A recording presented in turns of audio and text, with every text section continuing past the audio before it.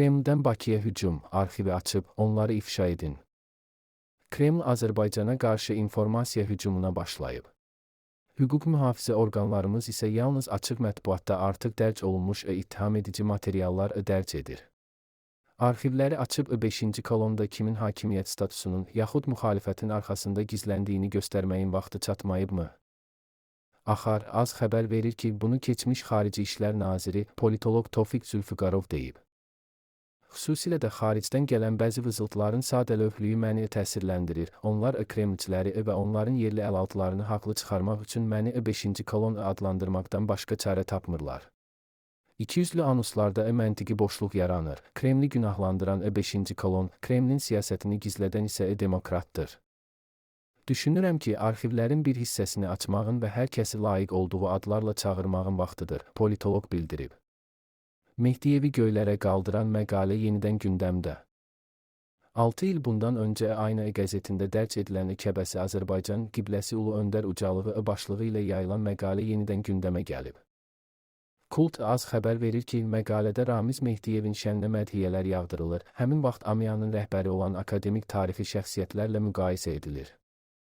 Məqalədə Ramiz Mehdiyevin müqayisə olunduğu şəxslər bunlardır: Mirzə Kazım bəy, Salari hökmdarı Mərziban İbn Məhəmməd, Moğol hökmdarı Çingiz xan, Fatih Mehmet, Ağqoyunlu Uzun Həsən, Cahanşah Həqiqi, Qazi Bürhanəddin, Şah İsmail Xətai, Hüseyn Bayqara, Alp Arslan və oğlu Məlikşah, Nizamülmülk, Xoca Nəsrəddin Tusi, İsa Məsih, Həllac Mənsur, Şeyx Cəmaləddin Əfqani, Tonyukuk, Seyid İmadəddin Nəsimi Şirvani, Şeyx İbrahim, Şah Təhmasib, Şeyx Mənsur, Mövlana Barik, Şeyx Bədrəddin bin Şeyx Şəmsəddin, Şeyx Məhəmməd İbn Barik, Atatürk və əs.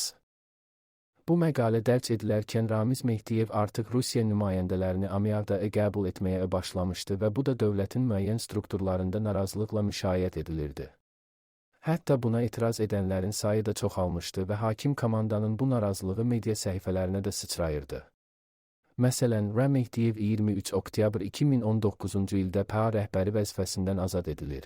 Eyni gündə AMIA prezidenti seçilir və cəmi 5 gün sonra ilk xarici qonağını qəbul edir və bu xarici qonaq Rusiya Elmlər Akademiyasının vitse-prezidenti Taliya Xabriyeva olur. Xabriyeva Reyanın prezidenti akademik Aleksandr Sergeyevin Mehdiyevi yeni vəzifəyə seçilməsi münasibəti ilə təbrik məktubunu şəxsən təqdim edir. Ramiz Mehdiyev həmçinin Moskvaya səfərə də rəsmən dəvət olunur. Və yaxud 7 fevral 2020-ci ildə Rusiya prezidentinin beynəlxalq mədəni əməkdaşlıq üzrə nümayəndəsi Mikhail Shvydkoy Ramiz Mehdiyev tərəfindən məhz AMIA-da qəbul edilir və əs.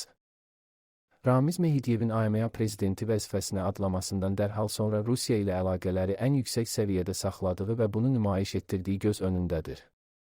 Eyni zamanda Ramiz Mehdiyevin məhz həmin ərəfədə artıq hakimiyyətin ələ keçirilməsi barədə düşündüyünü iddia etmək də mümkündür. Belə ki, bu istiqamətdə təbliğata başlayır və ən heyrətamiz cəhəti də odur ki, Ramiz Mehdiyevi ən yüksəyə qaldıran məqalə müstəqil media qurumu sayılan nəşrdə dərc edilir.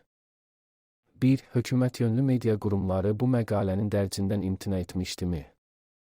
2. Yoxsa ümumiyyətlə hökumət yönlü nəşrlərə bu məqalə təqdim edilməmişdi?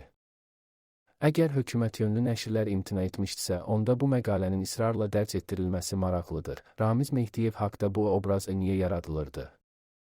Yox, hökumət yönlü nəşrə təqdim edilməmişdisə, onda niyə edilməməsi maraq doğurur? Ramiz Mehdiyevin təbliğat kampaniyası niyə Aynadan vüsət götürməlidir? Qeyd, Ayna qəzetinin rəhbəri Elçin Şıxlı məqaləni oxumadan dərcinə müəllifə inandığı üçün qərar verdiyini bildirərək əhatəli açıqlama təhlillə çıxış etmişdi.